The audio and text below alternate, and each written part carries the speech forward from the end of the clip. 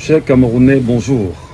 Je m'appelle Michel Ngachou, je suis journaliste camerounais et en ce moment, je suis, pendant qu'on y est, probablement le journaliste le plus recherché au Cameroun pour des raisons qui sont propres à mon engagement politique et surtout mon activisme. J'ai choisi comme bon nombre de Camerounais de ne pas trahir ma génération. J'ai choisi comme bon nombre de fils de cette terre, de ce pays, d'être plus que jamais debout pour pouvoir lutter pour un lendemain meilleur, pour le bien de l'héritage que nous devons léguer à chacun de nos enfants. Je voudrais, à travers ce court vidéogramme, vous adresser de nombreux endroits où vous êtes, on va dire, le soutien le plus énorme, pour dire à chaque jeune Camerounais, à chaque enfant camerounais, à chaque fils et fille de cette terre, que notre dynamique aujourd'hui est une dynamique qui nous amène exactement sur la trajectoire de l'indépendance que nous n'avions jamais acquis depuis 141 bonnes années aujourd'hui. M'engager politiquement, pour moi, est la plus belle des choses que j'ai pu faire dans ma vie, mais surtout qui m'aide aujourd'hui à comprendre exactement ce dans quoi je vivais et ce dans quoi vivent l'ensemble de mes frères et sœurs dans mon pays. Je voudrais vous rappeler que nous sommes libres aujourd'hui d'écrire l'histoire, si nous le souhaitons. Nous sommes libres aujourd'hui de l'écrire bonnement pour nous, ou alors laisser d'autres faire de cette histoire ce qu'ils veulent en faire. Notre histoire est cette politique, jalonnée de grandes réalités, mais surtout de confiscation de nos libertés, de notre indépendance, de notre souveraineté.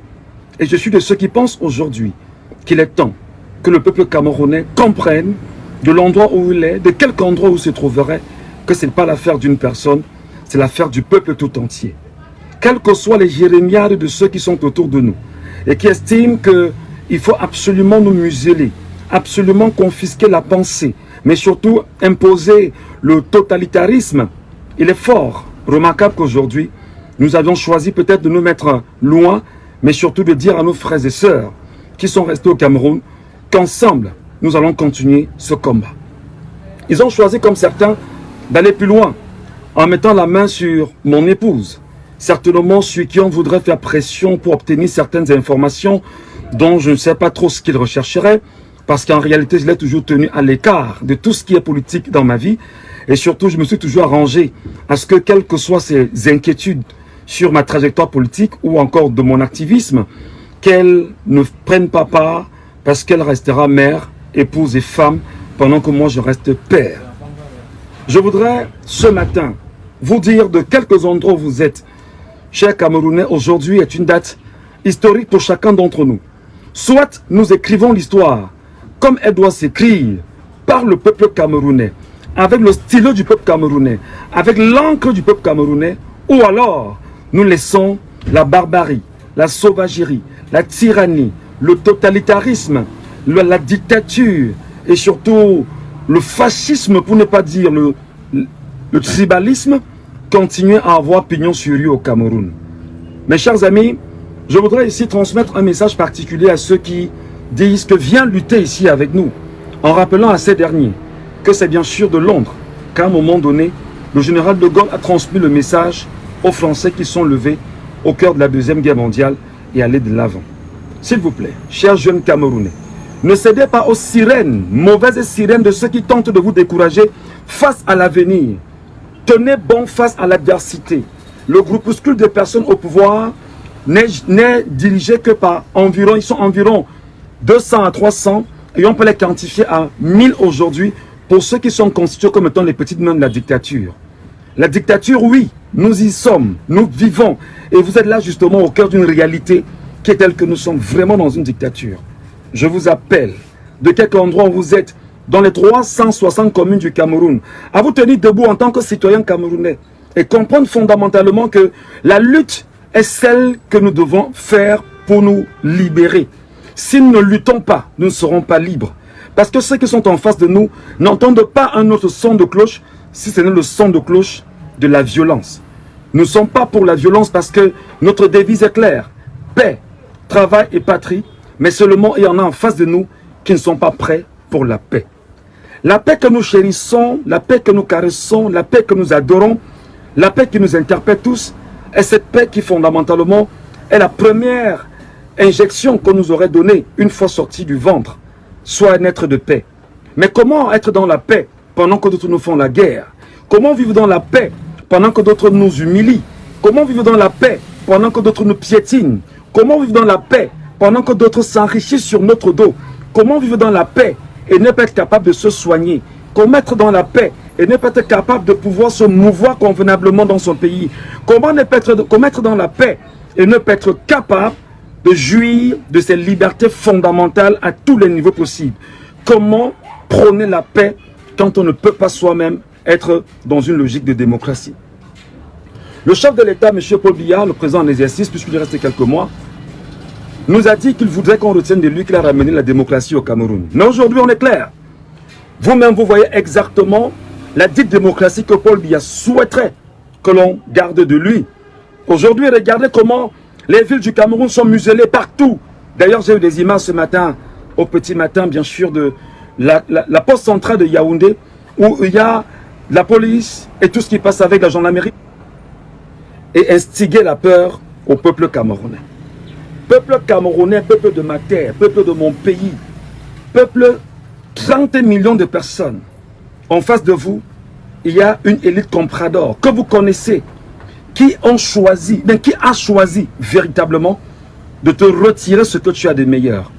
Il est temps pour toi aujourd'hui, soit tu écris l'histoire, soit tu ne l'écris pas. Soit tu te mets debout, soit tu ne te mets pas debout. Soit tu acceptes la forfaiture, soit tu ne la fais pas.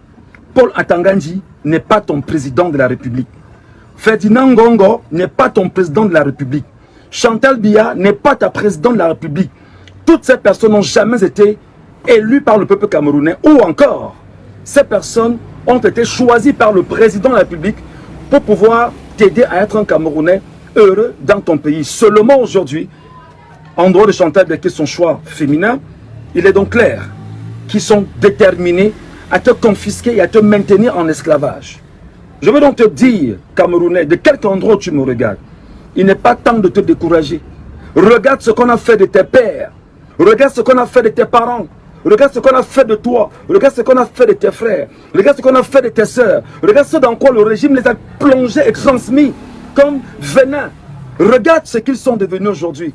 C'est l'aigreur, c'est la méchanceté, c'est les regrets, c'est les remords permanents. Pourquoi? Parce que on a construit autour de chaque Camerounais un narratif de la méchanceté, c'est pas correct.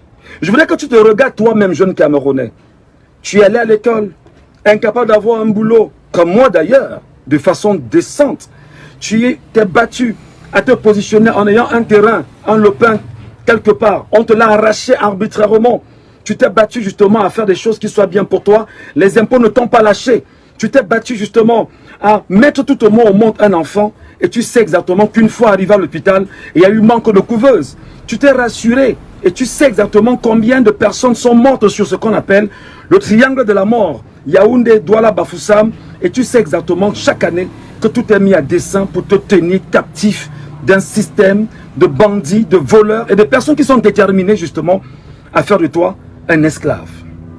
Je vais te rappeler, cher peuple camerounais, jeunesse camerounaise, le combat psychologique que je mène avec vous aujourd'hui, le combat moral que je mène avec vous aujourd'hui, quoique je sois aussi touché parce qu'ils ont pris ma femme, c'est de vous dire que lorsqu'on s'engage politiquement, certes, il peut y avoir des risques, mais on est tous ensemble dans des risques.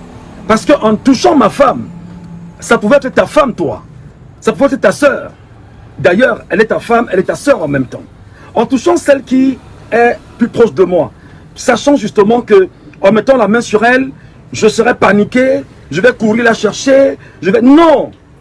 Ma femme désormais entre dans le combat, et comme toutes les femmes, les Marthe Moumier et autres qui ont combattu, désormais le venin lui est injecté. Parce que là, lorsqu'on épouse un combattant, on épouse effectivement les logiques de combattant.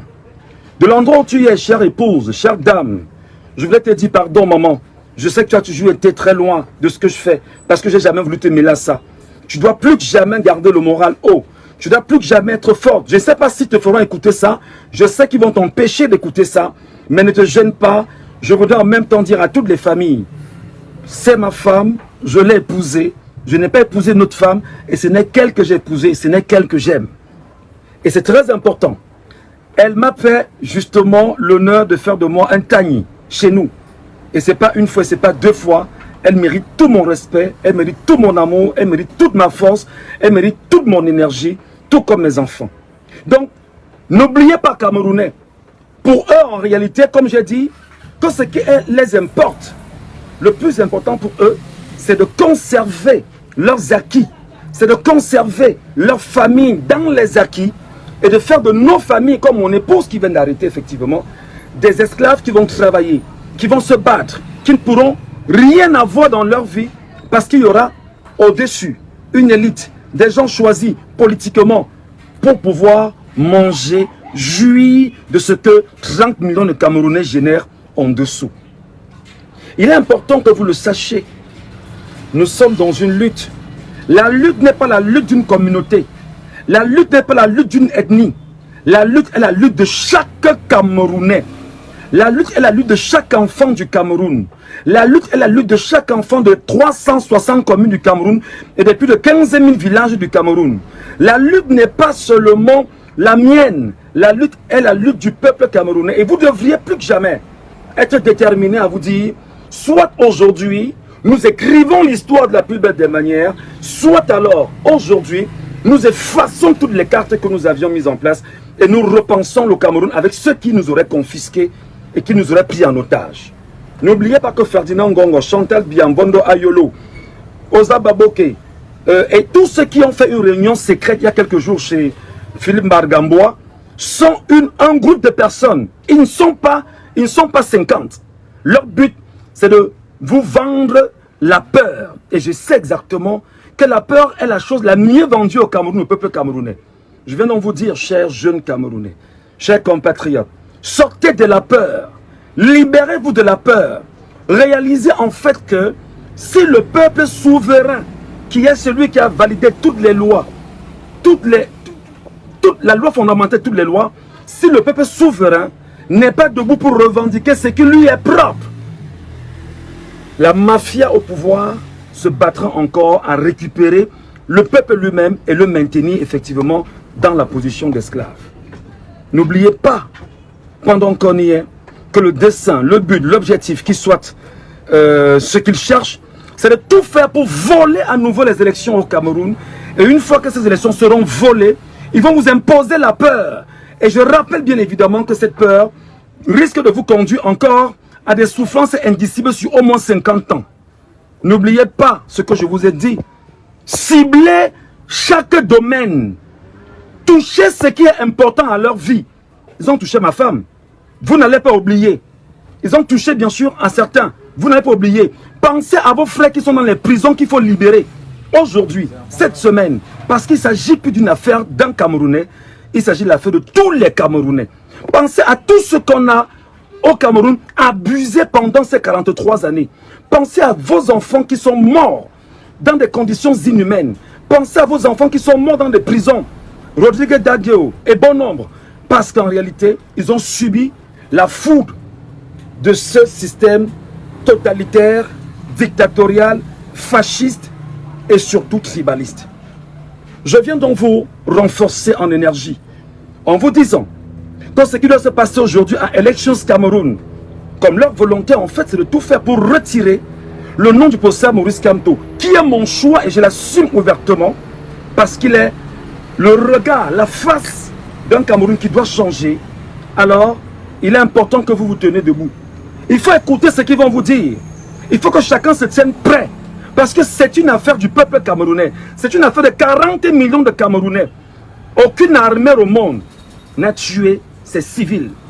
Aucune armée au monde n'a fini avec ses civils. Aucune armée au monde ne s'est attaquée à ces populations, si ce n'est... Comment tu peux aussi regarder une vidéo sans t'abonner? Abonne-toi! Surtout clique sur la cloche de notification. Ça, c'est la page de Buzz. Si tu veux être au courant des buzz et toutes les actualités au 237, abonne-toi et clique sur la cloche de notification. Partage aussi pour m'encourager. Surtout, si tu as quelque chose à dire, papa, lâche un commentaire.